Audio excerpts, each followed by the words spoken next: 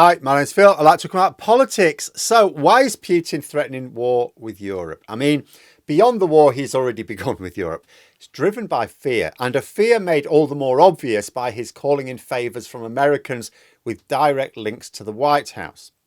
So, Putin said that if European powers wanted to start a war with Russia, then Moscow was ready to fight, and that the defeat of those European powers would be so absolute that there would be nobody left to even negotiate a peace deal.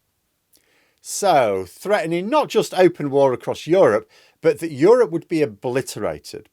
Now, obviously, Russia is incapable of carrying such a threat out. It's 3.5 years after it launched its full-scale invasion of Ukraine, and it's been unable to defeat Ukraine, but would somehow be able to wipe away the whole of Europe? With what? Where is this Russian force that can obliterate Europe that Putin has not used on Ukraine despite being bogged down for nearly 4 years? Are we to seriously believe that Putin has this awesome force that he's somehow kept secret and in reserve when he's not had the strength to capture the country he invaded for the purposes of conquest?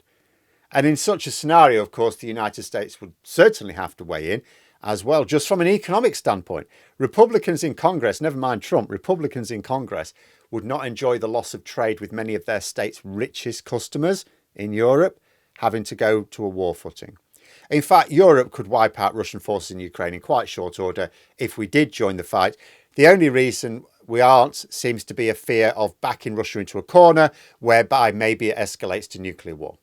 I've never heard any other possible explanation for why we have allowed this to drag out as long as it has, especially when it's obvious that Putin is not in negotiating mood, even after nearly 4 years of failure. What Putin said is maybe the sort of thing you might say if you thought Europe was about to unite and attack Russia, or even Russian forces in Ukraine. The warning might make sense then, but there has been no appetite shown for direct war with Russia in Ukraine or elsewhere from the major European powers.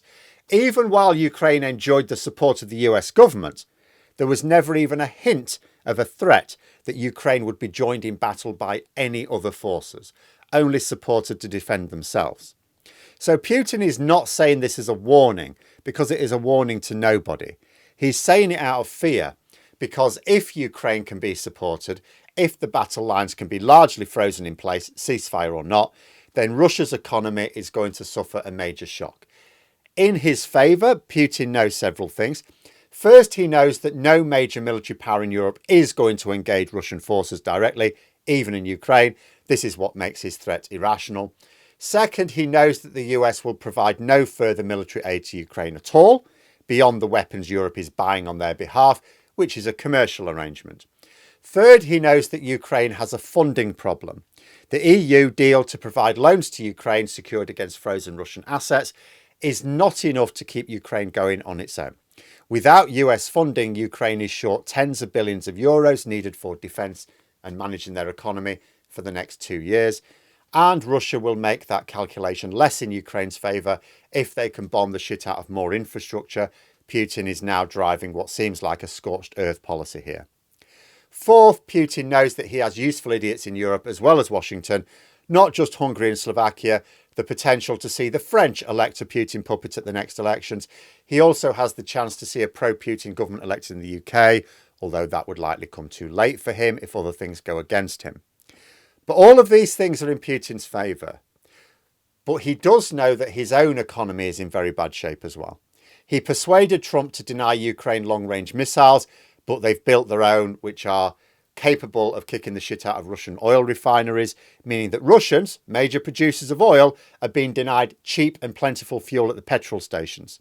I mean, the deal is supposed to be, if you are in a country that is oil rich, but the population's poor, you at least get cheap fuel. The war economy is also hurting other forms of production, and the sanctions mean more trade is having to flow east rather than west, where the transport infrastructure is what experts refer to as knackered. But we also know that Putin is afraid because he seems to be calling in favours. It's been reported that as well as Steve Witkoff and Marco Rubio involving themselves in talks, you also have Dan Driscoll entering the mix. Now, why does this matter? Well, as commentators are explaining, look at who each of these people represents. Marco Rubio is the Secretary of State for the State Department. He is the official political diplomat here. He is the official representative of the US government. Makes sense for him to be directing talks. However, although he is sort of involved, he's not really directing things, because we also have Steve Witkoff, sometimes with Jared Kushner. Witkoff is Trump's personal envoy, so he's doing things separate to the State Department. Witkoff's involvement represents a bypassing of Rubio, whose sympathies lie more with Ukraine, although he has to toe Trump's line, of course. But Witkoff is more openly on Russia's side, made more obvious by recently being outed coaching the Russians into how to get more concessions from the Americans. Kushner also represents Trump directly, of course, his son-in-law, and is also close to Putin. But now you've got this Dan Driscoll, who's described as close to J.D. Vance and Peter Thiel, though they're also on sort of more on Russia's side than Ukraine, so don't expect this to be an especially positive step.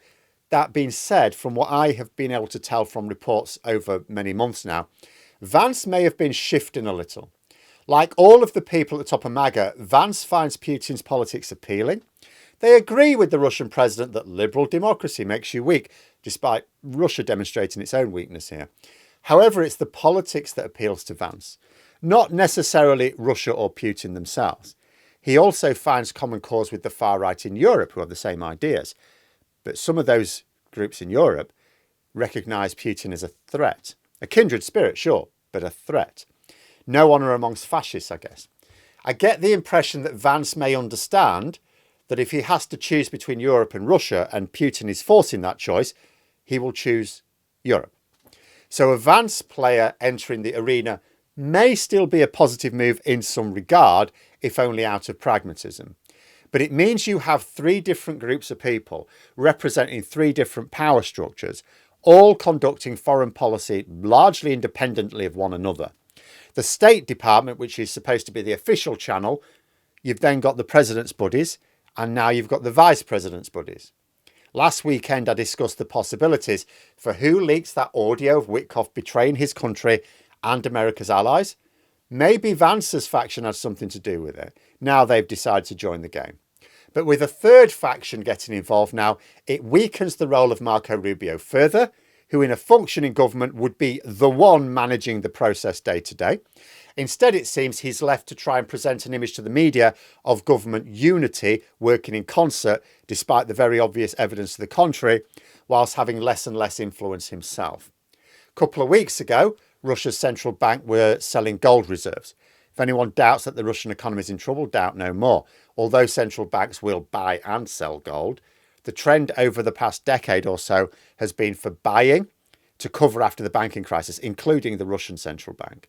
Selling off like this is going against the normal behaviour these days and is being done to prop up the fragile ruble. And you add all this up and Putin is putting on a show of strength, but it is just an act. He's afraid. The threat to obliterate Europe, where'd that come from? It's an obviously empty threat. The major European powers, for whatever reason, do not want to engage Russia directly, but they know that they would win if they were forced into it. So the threat cannot possibly work on the audience it should be meant for. So it must be for another audience, the Russian and the American audience. The Russian public, in order to bolster confidence in their failing president. The Americans to perhaps turn them against Europe by saying this war is going to escalate much further if you don't stop those warmongers in Brussels.